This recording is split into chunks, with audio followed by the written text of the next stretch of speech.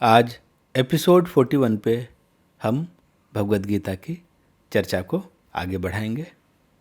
आज अध्याय 7 के 4 बचे हुए श्लोक 27, 28, 29 और 30 इन पर चर्चा होगी। भगवान श्री कृष्ण ने बहुत सुंदर तरीके से शरणागति की महिमा को इनमें व्यक्त किया है। आज उस महिमा का ही हम श्रवण करेंगे। तो आइए अब हम उस चर्चा को प्रारंभ करते हैं। भगवान श्री कृष्ण अर्जुन से कहते हैं, इच्छा द्वेष समुत्थेन द्वंद्व मोहेन भारत सर्वभूतानि सम्मोहम सर्गे यान्ति परन्तप। अर्थात इच्छा द्वेष समुत्थेन, इच्छा और द्वेष से उत्पन्न होने वाले द्वंद्व मोहेन भारत, द्वंद्व के मोह से हे अर्जुन, सर्वभूतानि सम्मोहम, सारे प्राणी सम्मोहित हो रहे हैं और सर्गे यान्ति परंतपा, और हे परंतप वे संसार में जन्म मृत्यु के चक्र को बार बार प्राप्त हो रहे हैं। अतः भगवान श्री कृष्ण अर्जुन से कहते हैं कि इच्छा और द्वेष से उत्पन्न होने वाले द्वंद्व के मोह से हे अर्जुन, संपूर्ण प्राणी सम्मोहित हो रहे हैं और हे परंतप वे संसार में जन्म मृत्यु के चक्र को बार बार प्राप्त हो रहे हैं।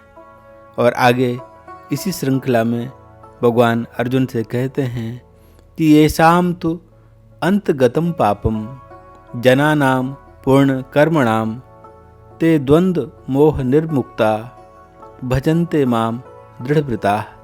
अर्थात येषां तु अंतगतम पापम, परंतु जिनके पाप नष्ट हो गए हैं, जनानाम पूर्ण कर्मणाम, जो पूर्ण कर्मा मनुष्य हैं, ते द्वंद्व मोह निर्मुक्ता, वे द्वंद्व के मोह से रहित होकर भजन्ते माम दृढ़व्रताः, दृढ़व्रती होकर मेरा भजन करते हैं।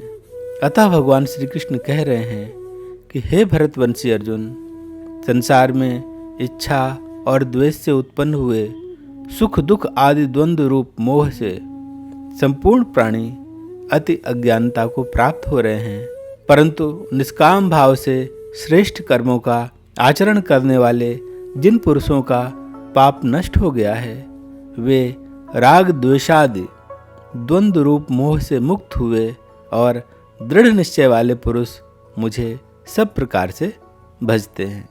आइए अब इन्हें समझने का प्रयत्न करते हैं। देखिए, प्रभु के स्मरण का जो पौधा है वे उन्हीं के मन में ही पनप सकता है जिनके मन से राग द्वेष आदि के जो घास पात हैं वो काटे जा रहे हों। जैसे किसी भी पौधे को उगाने के लिए पहले भूमि को तैयार करना आवश्यक होता है, तो चित्त भी भूमि ही है, मन भी भूमि ही है, और इच्छा तथा द्वेष से भरा हुआ चित्त इतनी घास पात से भरा होता है, इतनी व्यर्थ की जड़ों से भरा होता है कि उसमें से प्रार्थना के पौधे के पनपने की कोई संभावना नहीं रह जाती। इस प्रकार जब तक मन को अपने ही हाथ से विषाक्त करने की दौड़ समाप्त न होगी, प्रभु का भजन न हो सकेगा। हम चाहते तो हैं कि जीवन में प्रार्थना के फूल खिल जाएं और प्रभु का मिलन हो जाए और आनंद भी प्राप्त हो जावे, पर साथ ही हम घृणा के बीज बो देते हैं, द्वेष के पौधे को पानी देते हैं, शत्रुता की फसल तैयार करते हैं। तो ऐसे में भगवत भजन का फूल खिले तो कैसे खिले। तभी श्री कृष्ण कहते हैं कि जो अज्ञानी जन हैं वे राग और द्वेष में ही अपना जीवन समाप्त कर देते हैं, अपनी सारी शक्ति, सारा समय, सारी चेतना उसी में लगा देते हैं। वहीं दूसरी ओर जो ज्ञानी जन हैं वे अपने जीवन को निरंतर आनंद की दिशा में प्रवाहित करने में समर्थ हैं। वास्तव में यह सब इस पर निर्भर करता है कि हम अपने जीवन को कैसे लेते हैं। यह बाजार की दुनिया है, यहाँ हर वस्तु का मूल्य आंका जाता है। मुझे याद आता है जब कोविड फैला हुआ था तब ऑक्सीजन के सिलेंडर का जो मूल्य था हजारों में हो गया था और उतनी ऑक्सीजन कुछ घंटे के लिए ही पर्याप्त होती। कितनी कीमती हो गई थी वह उस समय, पर परमात्मा अनंत ऑक्सीजन जीवन भर दे रहा है, मुफ्त दे रहा है। हमारी नज़र में उसका कोई मूल्य ही नहीं रहता, इसको हम फॉर ग्रांटेड ले लेते हैं। वहीं जो ज्ञानी है उसे प्रतिपल इसका स्मरण रहता है। वह कहता है कि हे कृष्ण, तुम मुझ पर कितनी कृपा कर रहे हो। तुम ही श्वास के लिए निरंतर वायु प्रदान करते हो और तुम ही श्वास लेने की क्षमता प्रदान करते हो। साथ ही तुम ही इस वायु के आवश्यक घटक को शरीर में सोख लेते हो और जो अनावश्यक घटक होता है उसे निश्वास के द्वारा शरीर के बाहर धकेल देते हो। तुम ही जल देते हो, तुम ही भोजन देते हो, तुम ही भूख देते हो, तुम ही स्वाद देते हो। इस प्रकार तुम्हारी कृपा से ही यह शरीर चलता है और तुम्हारी ही कृपा से यह जीवन चलता है। इस प्रकार ज्ञानी प्रतिपल प्रभु की कृपा को महसूस करता है और उसकी परमात्मा को की गई प्रार्थना इस सब के लिए उसका धन्यवाद ही है। जो ज्ञानी है उसका मन राग द्वेष से मुक्त होता है, इसलिए उसका मन सरलता से परमात्मा के भजन में लीन हो जाता है। इस प्रकार ज्ञानी अपनी सारी सांसारिक क्रियाएं राग और द्वेष से मुक्त होकर करता है, जिससे उसकी सारी क्रियाएं परमार्थिक हो जाती हैं और इस प्रकार उसकी सारी क्रियाएं भजन हो जाती हैं। इसे गहराई से समझने के लिए पिछले एपिसोड में अंत में हमने साधो सहज समाधि भली कबीरदास जी के एक बड़े प्यारे पद की व्याख्या की थी, आप उसे देख सकते हैं। श्री कृष्ण 28वें श्लोक में कहते हैं कि जो पूर्ण कर्मा हैं वे ही मेरा भजन कर पाते हैं। पूर्ण कर्मा वही है जिन्होंने यह जान लिया कि मनुष्य शरीर भोग भोगने के लिए नहीं है, वरन यह साधन है जिससे परमात्मा की ओर उन्मुख हुआ जा सकता है और यह शरीर साधन बन जाए, उस परमात्मा के हाथ का उपकरण बन जाए। ऐसा व्रत उनमें परमात्मा की कृपा से दृढ़ होता जाता है और राग द्वेष आदि द्वंद्वों से मुक्त होते ही उनका जीवन पाप मुक्त हो जाता है और उन्हें प्रभु ही सर्वत्र भासने लगता है। इस प्रकार उनकी हर क्रिया भजन हो जाती है। आगे भगवान श्री कृष्ण कहते हैं, जरा मरण मोक्षाये मामाश्रित यतन्तिये ते ब्रह्म तद विदुः कृत्स्नम अध्यात्मम कर्म चाखिलम। अर्थात जरा मरण मोक्षाय, वृद्धावस्था और मृत्यु से मुक्ति पाने के लिए मामाश्रित यतन्तिये, जो मनुष्य मेरा आश्रय लेकर प्रयत्न करते हैं, ते ब्रह्म तद्विदु कृत्स्नन, वे उस ब्रह्म को संपूर्ण रूप से अध्यात्मम कर्म चाखिलम और अध्यात्म को और संपूर्ण कर्म को जान जाते हैं।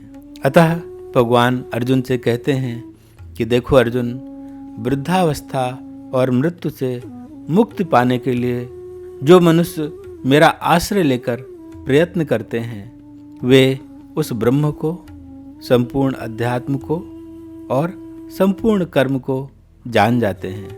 भगवान श्री कृष्ण यहाँ एक बहुत महत्वपूर्ण बात कहते हैं। वे कहते हैं माम आश्रित, अर्थात जो मेरा आश्रय लेकर या मेरी शरण लेकर जो मेरा शरणागत हो गया। शरणागति से क्या अभिप्राय है, इसे समझने का प्रयास करते हैं। जो वास्तव में शरणागत है वह अपने को इतना असहाय पाता है कि मेरे किए कुछ न हो सकेगा और यह पाता है कि मेरे किए कभी कुछ हुआ भी नहीं। जो पाता है कि मैं तो कुछ भी नहीं हूँ, न मेरी श्वास मेरे कारण चलती है, न मेरे शरीर में खून मेरे कारण दौड़ता है, न बादल मेरे कारण इकट्ठे होते हैं और न वर्षा मेरे कारण होती है। यह परमात्मा की अनंत शक्ति ही है जो सब कर रही है और वह इस प्रकार उस अनंत परमात्मा के चरणों में स्वयं को डाल देता है और कहता है जो तेरी मर्जी वही मेरी मर्जी। वास्तव में मेरी मर्जी ही मेरे दुख का कारण है, उसकी मर्जी में कहीं भी दुख नहीं है। तो यदि कोई ऐसा मानने लगता है तो ये ना होगा कि वृद्धावस्था नहीं आएगी या बीमारी नहीं आएगी या मृत्यु नहीं होगी। लेकिन मज़े की बात यह है कि जब कष्ट मिलेगा तो उसका एहसास न होगा। बीमारी आएगी पर उससे हम अछूते होते जाएंगे। मृत्यु तो आएगी पर हम मर न सकेंगे। शरण बहुत अद्भुत शब्द है। शरण का अर्थ है कि मैं कहता हूँ कि अब मैं नहीं हूँ, तू ही है। अब तू जो करेगा, जो करवाएगा, उसी में मैं राजी हूँ, स्वीकार करता हूँ। जब तक यह भावना रहती है कि यह शरीर मेरा है, तभी इसके सारे कष्ट भी मेरे ही हो जाते हैं। लेकिन जब यह भावना आती है कि यह शरीर तो तुम्हारा है, तुम्ही को अर्पण है, यह तो एक साधन है, इसको बीमार करो, वृद्ध करो या मिटाकर नया बना दो, तुम्हारी मर्जी। और ऐसी शरणागति से ही ब्रह्म के रूप में परोक्ष परमात्मा का साक्षात अनुभव होने लगता है। चेतन तत्व इस जड़ शरीर से अलग है और यह जड़ शरीर मैं नहीं हूँ, यही जानना ही अध्यात्म को जानना है। और ज्ञानी तो इसे जी ही रहा होता है। जिसने सब प्रभु को अर्पण कर दिया, उसके सारे कर्म अकर्म हो जाते हैं। अतः कर्मों को वह तत्व से जानता ही नहीं, जीता है। और आगे भगवान श्री कृष्ण अर्जुन से कहते हैं, साधि भूताधि दैवम माम साधि यज्ञम च ये विदु प्रयाण काले पिचमाम ते विदु युक्त चेतसः। अर्थात साधि भूताधि दैवम मां, अधिभूत और अधिदेव के सहित, साधि यज्ञम च मे विदु और अधियज्ञ के सहित सबका आत्मरूप जो मुझे जानते हैं, प्रयाण काले पिचमाम, वे शरीर की मृत्यु के समय भी ते विदु युक्त चेतसा, मुझ पर अपनी चेतना युक्त रखते हैं और मुझे ही प्राप्त करते हैं। अतः भगवान श्री कृष्ण अर्जुन से कहते हैं कि देखो अर्जुन, अधिभूत, अधिदेव और अधियज्ञ के सहित जो सबका आत्मरूप मुझे ही जानते हैं, वे शरीर की मृत्यु के समय भी मुझ पर अपनी चेतना युक्त रखते हैं और मुझे ही प्राप्त करते हैं। अधिभूत क्या है? यह संपूर्ण भौतिक जगत अधिभूत है।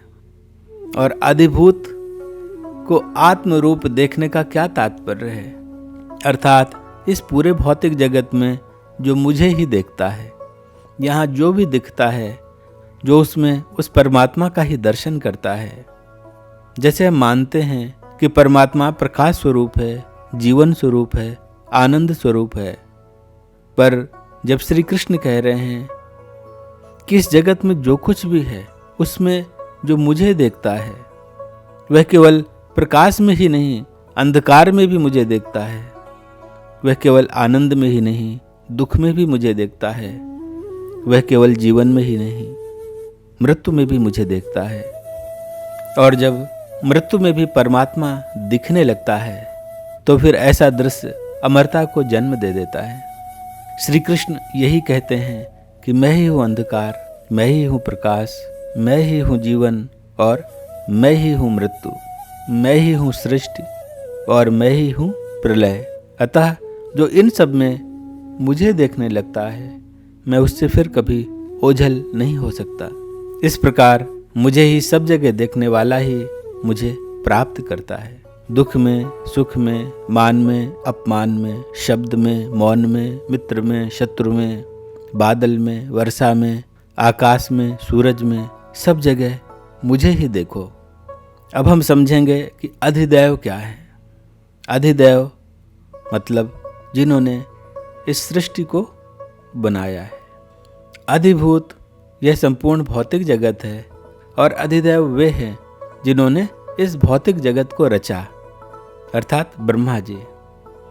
और यहाँ श्री कृष्ण कहते हैं कि सृष्टिकर्ता भी मैं ही हूँ और सृष्टि भी मैं ही हूँ। अर्थात इस संपूर्ण भौतिक जगत में मुझे ही देखो, और इस पूरे भौतिक जगत के क्रिएटर के रूप में भी मुझे ही देखो। अधियज्ञ क्या है? अधियज्ञ है जो अंतर्यामी रूप में सब में व्याप्त है, जिन्हें श्री विष्णु कहते हैं। भगवद गीता के अध्याय 7 के 7वें श्लोक में भगवान श्री कृष्ण ने कहा था, मत्तः परतरम नान्यत किंचिदस्ति धनंजया मयि सर्वमिदं प्रोतम सूत्रे मणिगणा युवा।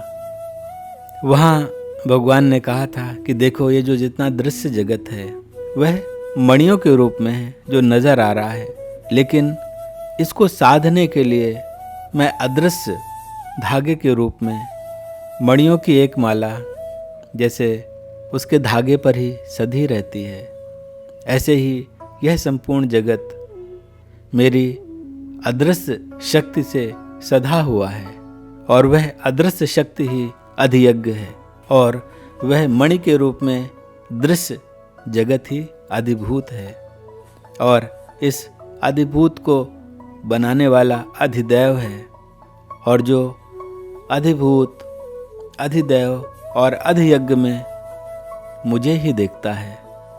अर्थात जिसने इन बहुत सारी चीज़ों में बस उस एक को देख लिया, उस परमात्मा को ही देख लिया, फिर वह उस परमात्मा को ही प्राप्त कर लेता है, वही युक्त चेतसा हो जाता है।